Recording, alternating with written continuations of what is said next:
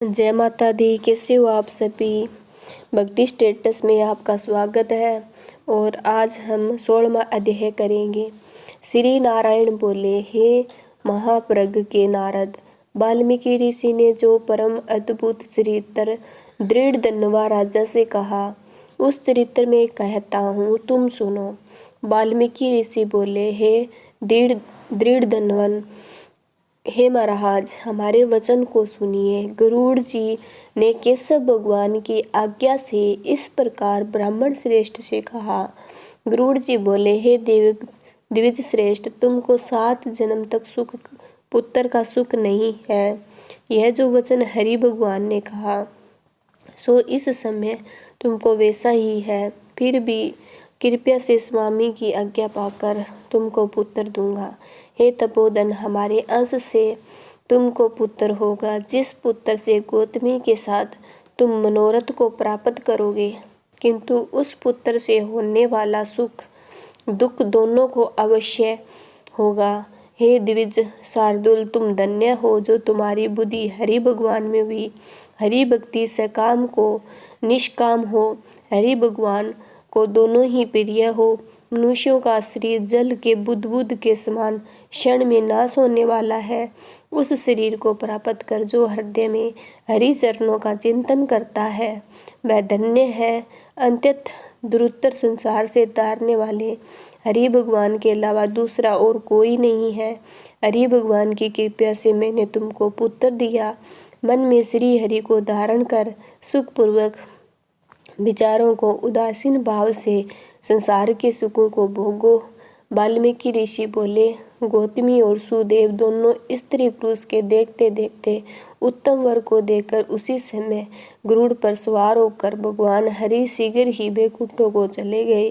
सुदेव शर्मा भी स्त्री के साथ अपने मन के अनुसार पुत्र रूप वर को पाकर अपने घर को आया। उत्तम गृहस्थाश्रम के सुख भोगने लगा। कुछ समय बीतने के बाद गौतमी को गर्भ रहा और 10वां महीना प्राप्त होने पर गर्भ पूर्ण हुआ। प्रसूति काल आने पर गौतमी ने उत्तम पुत्र पैदा किया। पुत्र के होने पर सुदेव शर्मा बहुत ही प्रसन्न हुए। श्रेष्ठ ब्राह्मणों को बुलाकर जात कर्म संस्कार किया। अच्छी तरह स्नान कर ब्राह्मण श्रेष्ठ अच्छी तरह से स्नान करके सुदेव शर्मा ने ब्राह्मणों को बहुत ही दान दिया। ब्राह्मण और सज्जनों के साथ बुद्धिमान सुदेव शर्मा ने नामकरण संस्कार किया। कृपालु गरुड़ जी ने प्रेम से यह पुत्र हुआ था। शरदकालीन चंद्रमा के समान उदय को प्राप्त तेजस्वी यह सुख के सदृश है, इसलिए मेरा यह प्रिय पुत्र सुखदेव नाम वाला हो। माता के मन को आनंद देने वाला पुत्र पिता के मनोरथ को साथ साथ शुक्ल पक्ष के चंद्रमा के समान बढ़ने लगा। पिता ने हर्ष के साथ उपनयन संस्कार कर गायत्री मंत्र का उपदेश दिया। बाद वह बालक विदारभ संस्कार को प्राप्त कर ब्रह्मचार्य व्रत में स्थित हुआ। उस ब्रह्मचार्य के तेज से युक्त बालक साक्षात दूसरे सूर्य के समान सुशोभित हुआ। बुद्धि सागर उस बालक ने वेद का अध्ययन प्रारंभ किया। उस गुरु वत्सल बालक ने सद्बुद्धि से अपने गुरु को प्रसन्न किया। गुरु के एक बार कहने मात्र से समस्त विद्या को प्राप्त किया। वाल्मीकि ऋषि बोले, एक समय कोटि सूर्य के समान प्रवाल देवल ऋषि आए।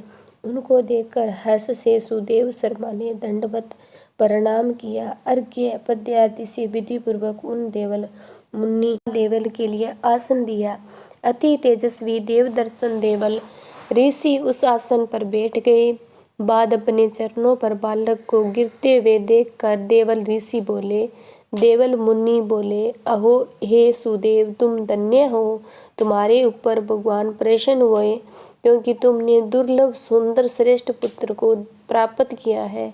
ऐसा विनीत बुद्धिमान बोलने में चतुर वेदपाठी और शीलवान पुत्र कहीं भी किसी के यहाँ नहीं देखा। हे पुत्र, आओ, तुम्हारे हाथ में यह कौतुक क्या देखता हूँ। सुंदर छतर 2 चामर यव रेखा के समान कमल जानू तक लटकने वाले हाथी के सूंड के समान ये तुम्हारे हाथ, कान तक फैले हुए विशाल लाल नेत्र, शरीर गोल आकार का, त्रिवली से युक्त पेट। इस प्रकार उस बालक के विषय में देवल ऋषि ने फिर बोले, अहो हे सुदेव, यह तुम्हारा लड़का गुणों का समुंदर है, कंधा और कोख का संधि स्थान गुड़ है, शंख के समान उतार चढ़ाव युक्त गला वाला, चिकन टेढ़े सिर के बाल वाला, ऊंची छाती, लंबी गर्दन, बराबर कान, बेल के समान कंधा, इस तरह समस्त लक्षणों से युक्त यह पुत्र श्रेष्ठ भाग्य का निधि है। एक ही बहुत बड़ा दोष है जिसे सब व्यर्थ हो गया। इस प्रकार कहकर शरीर कांपते हुए दीर्घ श्वास लेकर देवल मुनि बोले, प्रथम आयु की परीक्षा करना, बाद लक्षणों को कहना चाहिए। आयु से हीन बालक के लक्षणों से क्या प्रयोजन। हे सुदेव, यह तुम्हारा लड़का 12 वर्ष में डूब कर मर जाएगा, इसे तुम मन में सोच। अवश्य होने वाला निसंदेह होकर ही रहता है। मरणासन को औषध देने के समान उसकी कोई प्रतिक्रिया नहीं। वाल्मीकि मुनि बोले, देवल मुनि इस प्रकार कहकर ब्रह्मालोक को चले गए। गौतमी के साथ सुदेव ब्राह्मण पृथ्वी पर गिर गया। पृथ्वी पर पड़ा हुआ देवल ऋषि के कहे हुए वचनों को स्मरण कर चिरकाल तक विलाप करने लगा। बाद उसकी स्त्री गौतमी देह धारण करते हुए पुत्र को अपनी गोद में लेकर प्रथम प्रेम से पुत्र का मुख चुंबन कर बाद पति से बोली। गौतमी बोली, हे द्विजराज, होने वाली वस्तु में व्यय नहीं करना चाहिए। जो नहीं होने वाला वह कभी नहीं होगा, जो होने वाला है वह होकर रहेगा। क्या राजा नल, रामचंद्र, युधिष्ठिर दुख को प्राप्त नहीं हुए? राजा बलि भी बंधन को प्राप्त हुआ, यादव नाश को प्राप्त हुआ, हिरण्याक्ष कठिन वध को प्राप्त हुआ, वृत्तासुर भी मृत्यु को प्राप्त हुआ, शस्त्रार्जुन का सिर कटा गया, रावण के भी उसी तरह सिर काटे गए। हे मुनि, भगवान रामचंद्र भी वन में जानकी के विरह को प्राप्त हुए। राजऋषि परीक्षित भी ब्राह्मण से मृत्यु को प्राप्त हुए। हे मुनीश्वर, इस प्रकार जो होने वाला है वह अवश्य होता है। इसलिए हे नाथ, उठिए और सनातन हरि भगवान का भजन करिए, जो समस्त जीवों के रक्षक है, मोक्ष पद को देने वाले हैं। वाल्मीकि ऋषि बोले।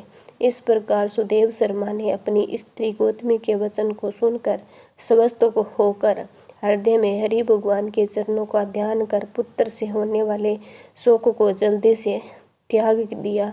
इस प्रकार हमें भी अपने जीवन में इतनी चिंता नहीं करनी चाहिए। जो हमारे भाग्य में लिखा है वो अवश्य होता है। अगर आपको महादेह पसंद आया तो मेरे चैनल को सब्सक्राइब करना, क्योंकि ऐसी कथा आपको मेरे चैनल पर मिलती रहेगी। थैंक यू, धन्यवाद।